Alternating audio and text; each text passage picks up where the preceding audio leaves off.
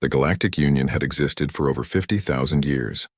Its member races stretched across 1,000 systems, each contributing science, culture, and history to a shared archive called the Celestial Record. Every new species that achieved spaceflight was evaluated by the Council before being admitted. When the humans of Earth finally made contact, the galaxy welcomed them with polite amusement. Humans came from a small blue planet near a modest yellow star, far from any major trade route. Their ships were simple, their technology decades behind even the youngest interstellar civilization. The Council saw them as eager learners, but nothing special. They were called the Children of the Dust, a nickname that carried both kindness and condescension. At the first Grand Assembly where humans attended, representatives from dozens of species laughed openly. One silver-scaled scholar from the Vorthen cluster had said, "How curious that such a primitive race dreams of exploring the stars. Their history is full of wars and confusion. What could they possibly teach us?" The laughter had echoed through the chamber like music made of arrogance. The human ambassador, a calm and patient man named Daniel, had only smiled. He knew that Earth's progress had been slow, and humanity had much to learn. But he also knew that humans had a quality that few others possessed, an endless hunger to understand, to dig into mysteries until they became truth. Years passed. Humanity joined the Union as a junior member, trading minerals and art in exchange for access to new knowledge. They sent students to alien universities and invited alien scientists to Earth. Still, many saw them as quaint and backward. That changed when an old star map was discovered. The find came from the Alaran Archive, a massive storage ring that orbited a quiet red dwarf on the edge of the Orion Arm. A team of alien researchers found a fragment of crystal data buried in its core. The fragment contained coordinates to several lost worlds and a language no one could decode. The Council sent teams from across the galaxy to study it. Every attempt to translate the inscriptions failed. The syntax didn't match any known linguistic structure. Even the ancient races like the Solthari and the Nephir could not recognize it. The fragment became a puzzle that fascinated scholars for years. Then, one day, a young human linguist named Leia visited the archive. She was quiet and curious, more comfortable among books than people. When she looked at the crystal's markings, her eyes widened. "This looks familiar," she said softly. The alien researchers laughed. How could a human know a script older than the stars themselves? One asked kindly, but Leia insisted. She spent nights comparing the symbols to ancient human carvings, prehistoric shapes found in caves across Earth, markings older than agriculture itself. Slowly, she began to translate. Her report stunned the galaxy. The fragment's language matched ancient human symbols, far older than their recorded history.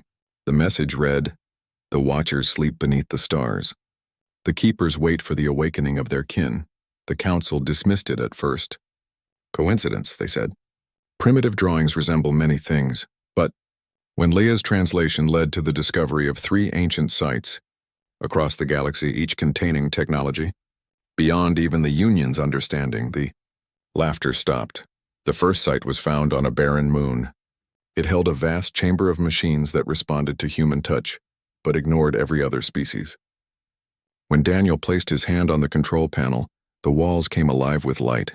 Holograms filled the room, showing stars shifting and galaxies moving across time. A single phrase appeared above them: "Return of the Makers." The Council grew uneasy. Scientists tested the machines, hoping to unlock their secrets. But the devices only answered to humans. Then came the second discovery. On a gas giant's moon, explorers found an underground city encased in crystal. The city had been asleep for eons, yet its systems still functioned. Every surface bore inscriptions identical to those in the Alaran fragment. And once again, when humans approached, the lights flickered on. The alien researchers watched as the structures responded like living beings awakening from a long dream. Word spread fast. The once mocked humans became the center of every discussion. Some called them the Returning Ones. Others whispered that the humans were descendants of a forgotten empire, the true architects of the galaxy's oldest mysteries. But the final discovery removed all doubt. Deep beyond known space, a dark system lay hidden behind a field of unstable energy. No ship could pass through without vanishing. For centuries, it had been marked as forbidden. But the human expedition vessel Solris volunteered to investigate, using experimental drives designed on Earth.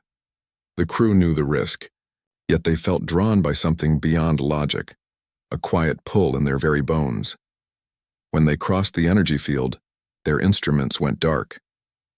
The ship drifted through silence until a shape appeared, a colossal ring structure orbiting a black star. Its surface was covered with carvings in the same ancient human script. As they approached, a voice echoed through the ship's systems. It wasn't transmitted by radio or sound. It spoke directly into their minds, calm and clear. "Welcome home, children of Earth." The cycle ends where it began. The ship's crew stared in awe. The voice explained that long before the current galaxy's civilizations rose, an ancient race of humans had ruled the stars. They had guided the formation of worlds, seeded life across the spiral arms, and built guardians to watch over the balance of creation. But fearing their own power, they had retreated, erasing their presence and leaving behind markers for their future descendants to find when the time was right. The modern humans of Earth were not new to the galaxy. They were its oldest heirs, their memory buried under eons of time. When the Solrise returned, the council held an emergency meeting. Representatives from every world attended. The evidence was undeniable. Recordings of the voice, the active machines, and the identical DNA sequences found in ancient remains all pointed to one truth. Humanity was the original race, the foundation upon which galactic civilization had unknowingly grown. The chamber was silent as the council's leader spoke. "So the youngest among us is the oldest of all. What irony." Daniel rose to speak. His voice was steady, but his eyes held both sorrow and pride. "We never sought to rule or to boast. We only wanted to learn. Perhaps that is why we were forgotten. To rediscover humility before reclaiming memory." For the first time in the council's long history, every delegate stood in respect. The laughter that had once filled the halls was gone, replaced by quiet awe. After that day, the galaxy changed. Human symbols were studied with new reverence. Ancient ruins reopened, and humans became leaders in rediscovering lost knowledge. Yet humanity remained humble. They shared what they found, teaching others the lessons written in the stars. But one mystery remained. At the core of the black star system, sensors detected something vast hidden beneath the surface, a structure sleeping beneath a layer of energy. The voice from the ring had said it was not yet time to awaken it. It called it the heart of the makers. Some believed it was a library. Others thought it was a machine capable of creating stars. The humans did not rush to uncover it. They waited, studying the signs left behind.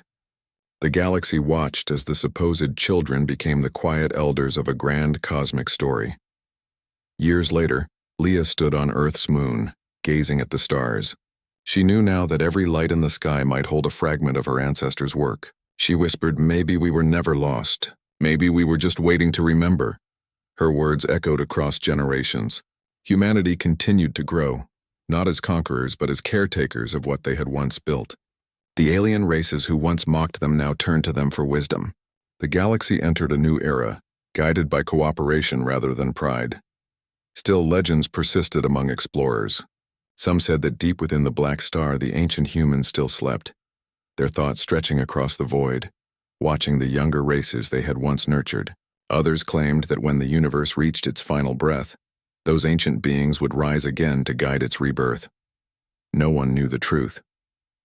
But whenever explorers traveled through the endless dark, they carried a quiet comfort that humanity had always been there, from the beginning of stars to the end of time.